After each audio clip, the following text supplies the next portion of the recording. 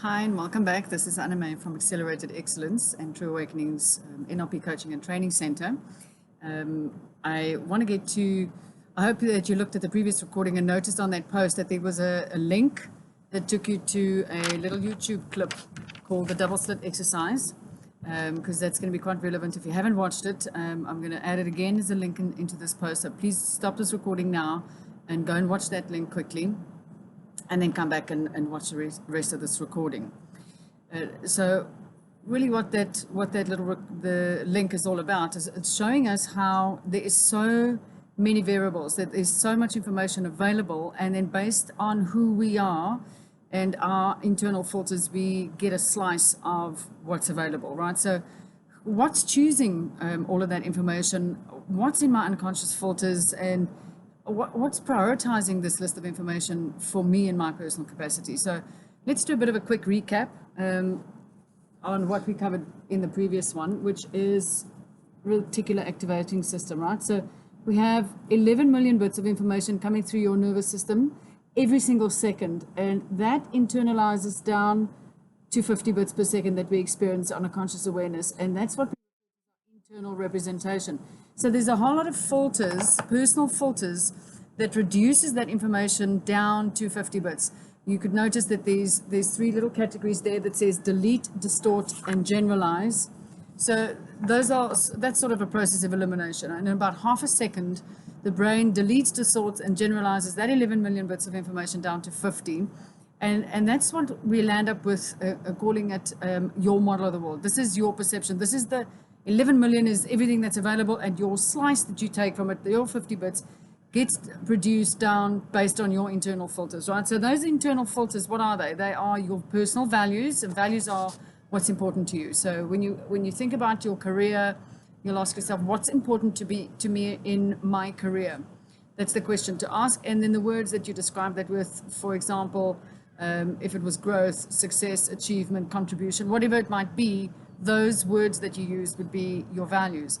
Now, values are things that if you don't live a life that fulfills your values, you'll feel very unfulfilled and have a very unhappy life. So we unconsciously try and fulfill and feel happy by fulfilling our values, because these things are really important to us. So there's no right or wrong in this. There's just what's important to you.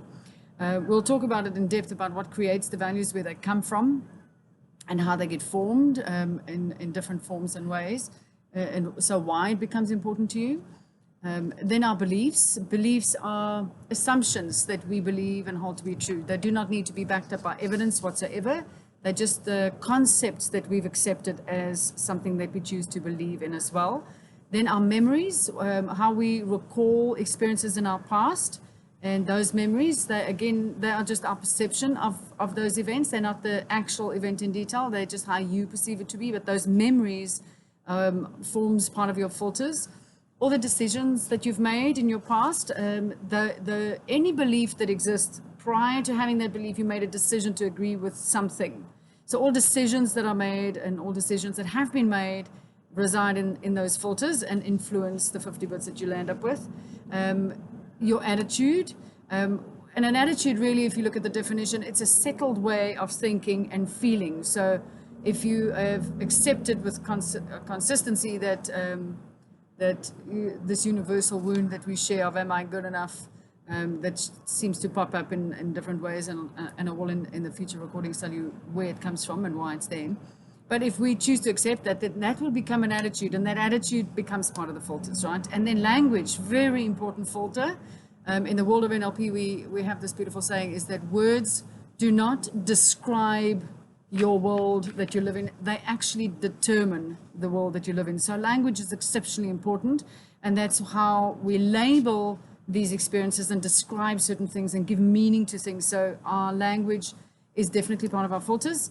And then obviously our concept of time and space, matter and energy, those are part of the filters as well. So all of these unconscious filters will influence your internal representation. So it creates and internalizes what we call your model of the world.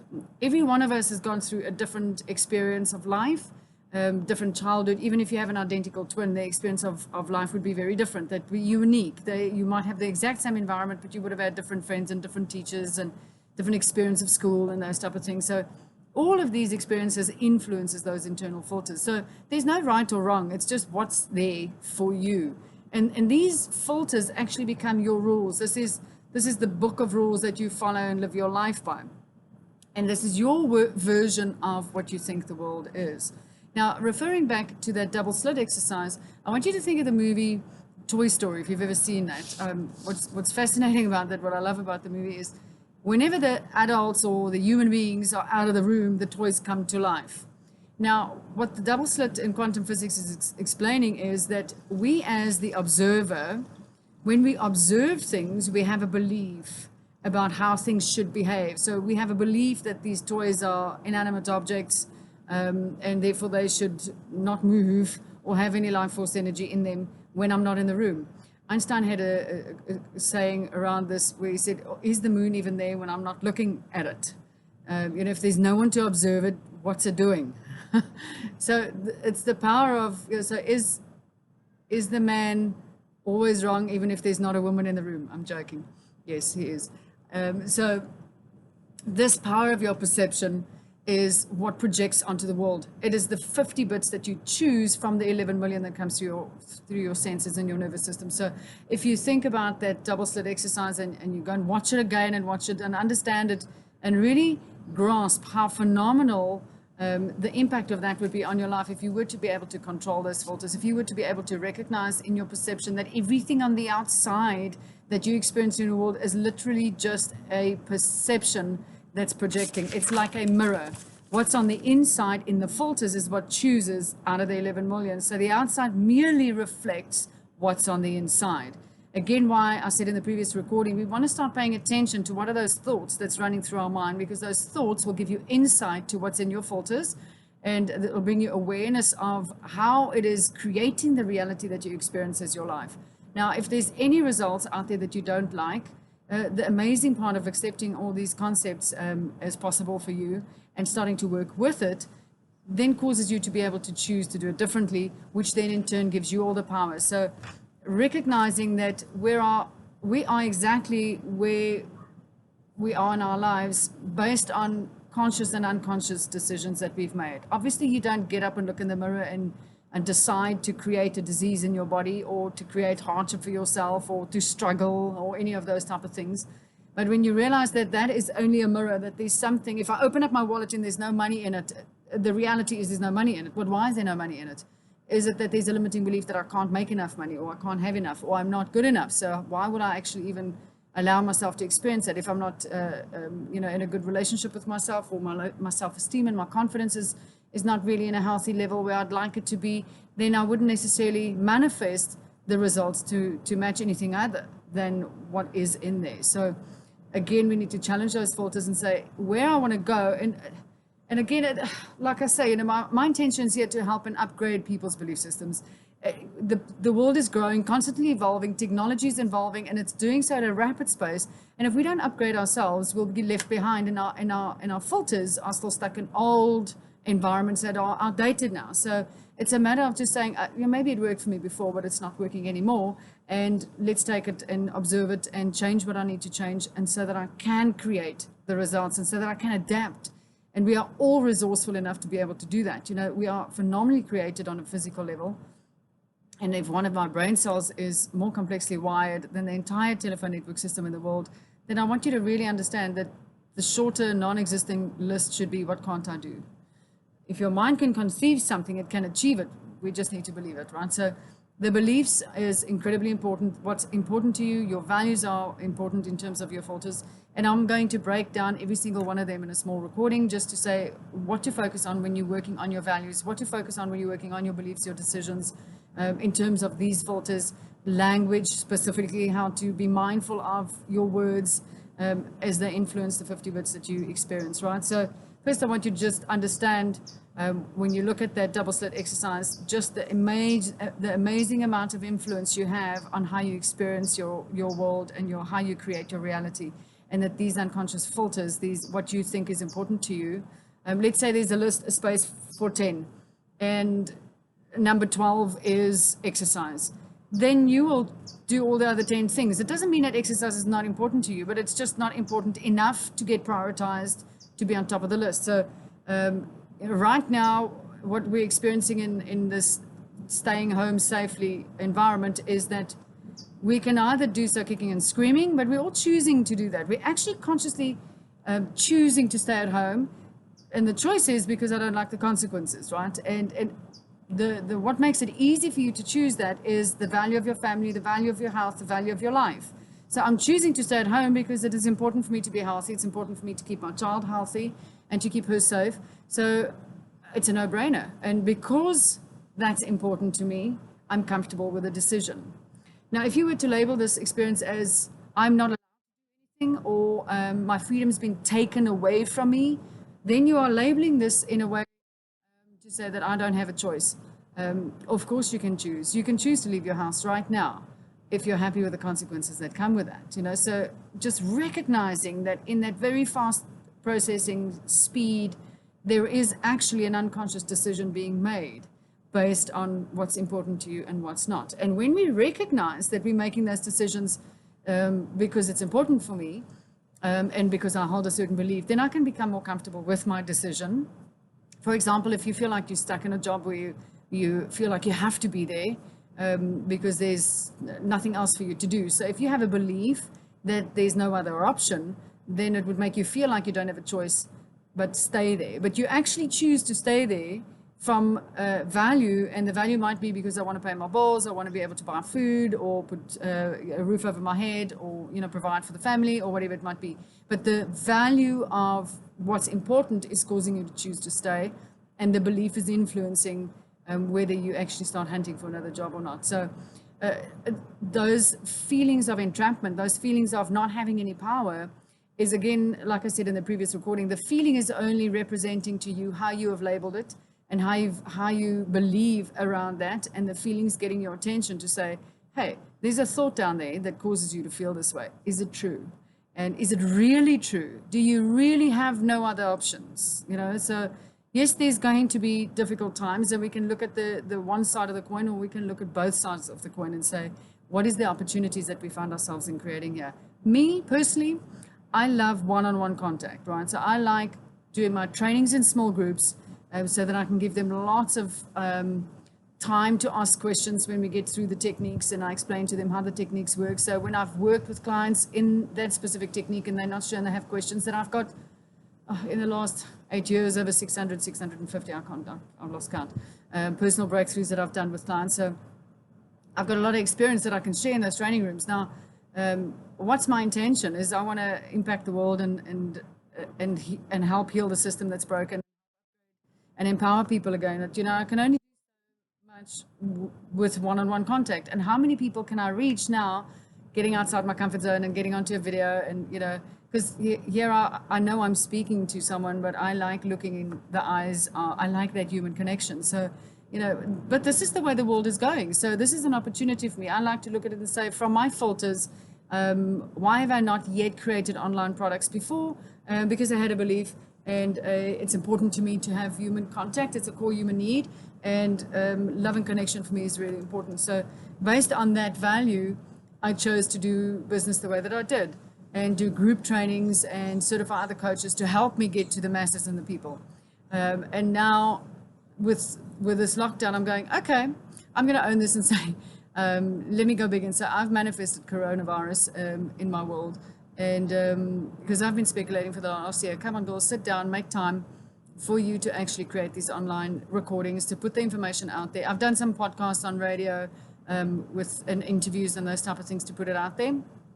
And this is just taking it to the next level. So, you know, instead of feeling like I don't have a choice, instead of feeling like or believing or deciding that there's nothing for me to do, I can choose to say, well, at an unconscious level, out of 11 million bits, I've been wanting to do online products, and now I've got myself 21 days to do so. So did I actually manifest it? Well, I like to hallucinate. I'm just going to, in my world, I like playing that game, and I'm going to say, yes, I did. And that caused me to get to the result that I want. So on a quantum level based on double slit exercise, yes, I did. My perception created an experience in my reality, And that experience is coming based on what I was focusing on, not necessarily every single day, but at an unconscious level, the little voices in the back of my mind go, oh, I need to get this product. I need to get that. I really want to do this. And, as much as what I want to heal the world, I can only do so much face to face. So I do need to create additional products and stuff that can get out there to people. And this has created an opportunity for me to just sit down and do it. So can you notice the difference between how I choose to believe and decide and label that for me versus, and it's still getting to what's important to me. So it's still serving my biggest purpose. And therefore, the feeling that it creates with me is not a feeling of feeling stuck, but a feeling of feeling excited, feeling grateful for an opportunity to have the time that we always say we don't have. Well, we always have time. We just fill it with the things that's most important to us. So this is now taken one thing off the table for me in terms of me creating face-to-face contact. I'm choosing to obviously not do that, along with everybody of my clients that's choosing to do the same. And so then we're doing now online, either via Skype or Zoom or phone sessions, so that does make it more flexible. That does mean I can get to a lot of people. That's why I've got clients all over the world, because technology is there. So we're going to either become resourceful and adjust our personal filters, beliefs, values, and decisions, label our language and descriptions in such a way so that my experience of the world, what's on the outside, starts matching the inside. And so it is an inside seed that has been planted already for me, and now I'm experiencing it. So I'm using my own as an example just to give you an idea of how I choose to think about this and how I acknowledge when something does show up. There's repetitive, 95% of my thoughts are repetitive. There's 80% of them seemingly negative. So when they come up, I'm choosing to turn it into a positive and to see how this can work for me. All right. So those internal filters, let's start off with the first one as a task in the context of values. And in one of the previous recordings, I said, think of one of the challenges in your life that if you were to work on that would make the most profound change in your life right now.